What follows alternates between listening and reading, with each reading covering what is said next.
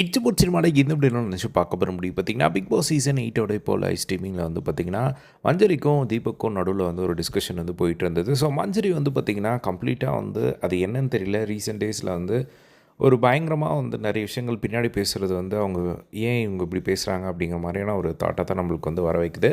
So first வந்து பார்த்திங்கன்னா அவங்க என்னென்ன சொல்லிட்டு இருக்காங்க அப்படின்னா, இன்றைக்கி வந்து ஃபேமிலிஸ்லேயே வந்து யார் வந்து எப்படி இருந்தாங்க, உங்களுக்கு எப்படி எந்த ஃபேமிலி பிடிச்சிருந்தது அப்படிங்கிற ஒரு டாப்பிக்கை வந்து ஸ்டார்ட் பண்ணுறாங்க. ஃபர்ஸ்ட் ஆஃப் ஆல் இந்த ஒரு டாப்பிக்கே வந்து ஏன் அப்படிங்கிற ஒரு கேள்வி வருது. ஏன்னா எல்லாருக்கும் எல்லாரோட ஃபேமிலியும் ஒரு க்ளோஸ் டு த ஹார்ட் அப்படிங்கிற மாதிரி இருக்கும்.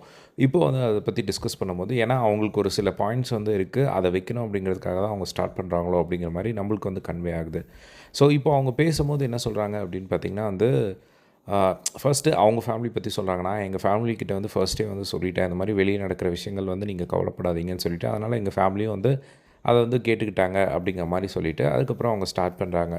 ஸோ பவித்ராவோட ஃபேமிலியும் அன்ஷிதாவோட ஃபேமிலியும் உள்ளே வந்து ஒரு நேம் கிளியர் பண்ணுறதுக்காக அவங்க ஒரு சில விஷயங்கள் சொன்ன மாதிரி இருந்தது அப்படிங்கிற மாதிரி வந்து சொல்கிறாங்க. வெளியே இந்த மாதிரி இருக்குது, ஸோ உள்ளே வந்து அதை கிளியர் பண்ணிட்டு போகிற மாதிரியான ஒரு விஷயமாக தான் வந்து எனக்கு தோணுச்சு அப்படிங்கிற மாதிரி வந்து சொல்கிறாங்க. அதுக்கப்புறமா ராணாவோட ஃபேமிலி வந்து எனக்கு சுத்தமாக வந்து அவங்க பண்ண விஷயங்கள்லாம் வந்து எனக்கு தாங்கவே முடியல அப்படிங்கிற மாதிரி வந்து சொல்கிறாங்க. அதாவது அவங்க ராணவோட அம்மா வந்து பாசமாக ராணவ்கிட்ட இருந்த ஒரு விஷயத்த வந்து என்னால் தாங்கவே முடியல. அதுதான் வெளியும் டிஸ்கஸ் பண்ணிட்டு வந்தாங்க. அப்போவே அவர் ஒரு மாதிரி இது மாதிரி பற்றி பேசாதீங்க அப்படின்னு சொன்னாங்க. பட் உள்ளே வந்து அது திரும்பவும் வந்து அந்த ஒரு பாயிண்ட் எடுத்து அவங்க பேசினதை வந்து பார்க்க முடிஞ்சு. ரொம்ப கேர் பண்ணுறாங்க அப்படின்னு சொல்லி என்னால் டாலரேட்டே பண்ண முடியல அதை அப்படிங்கிற மாதிரி வந்து சொல்கிறாங்க. ஸோ அந்த ஒரு விஷயத்த வந்து அவங்க ஏன் சொல்லணும் அப்படிங்கிற ஒரு கேள்வியும் வந்து இந்த இடத்துல வருது. அதுக்கப்புறமா வந்து பவித்ராவோட ஃபேமிலியிலேருந்து அவங்க அது ஜஸ்ட்டு ஒரு டாஸ்க்காக வந்து நார்மலாக வந்து நடந்தது.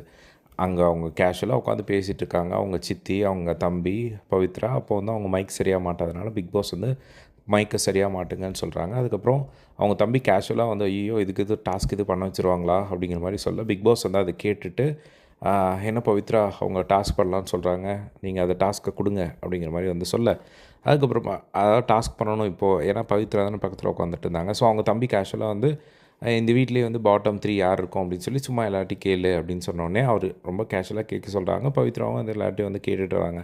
அந்த ஒரு விஷயத்த வந்து அவாய்ட் பண்ணியிருக்கலாமோ அப்படிங்கிற மாதிரி எனக்கு தோணுது. அது தேவையில்லாத விஷயமா தோணுச்சு அப்படிங்கிற மாதிரி ஒரு ஸ்பெசிஃபிக்காக வந்து மென்ஷன் பண்ணுறாங்க. அதுக்கப்புறமா பவித்ராவோட ஃபேமிலியில் வந்து இந்த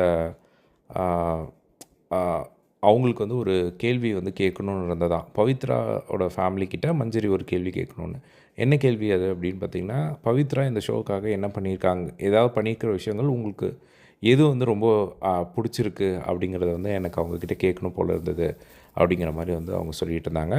அதுக்கப்புறம் இதை தவிர வந்து பார்த்திங்கன்னா மற்ற ஃபேமிலிஸ் எல்லாமே சௌந்தர்யாவோட அப்பா பேசினது எனக்கு பிடிச்சிருந்தது. தீபக்கோட ஒய்ஃப், அதுக்கப்புறம் ரயான் வீட்டில். ஸோ மற்ற ஃபேமிலிஸ் எல்லாமே எனக்கு ஓகேவாக இருந்தது அப்படிங்கிற மாதிரி வந்து அவங்க சொல்லிட்டு தான் வந்து பார்க்க முடிஞ்சுது. ஸோ இதை பற்றி உங்களோட ஒப்பீனியன் உங்களுக்கு என்ன தோணுச்சு அப்படிங்கிறத கமெண்ட் பாக்ஸில் ஷேர் பண்ணுங்கள். இதே மணியில் பிக் பாஸ் அப்படி தெரிஞ்சுக்க நம்மளோட சேனலை சப்ஸ்கிரைப் பண்ணி சப்போர்ட் பண்ணுங்கள். தேங்க்ஸ் ஃபார் வாட்சிங். பை.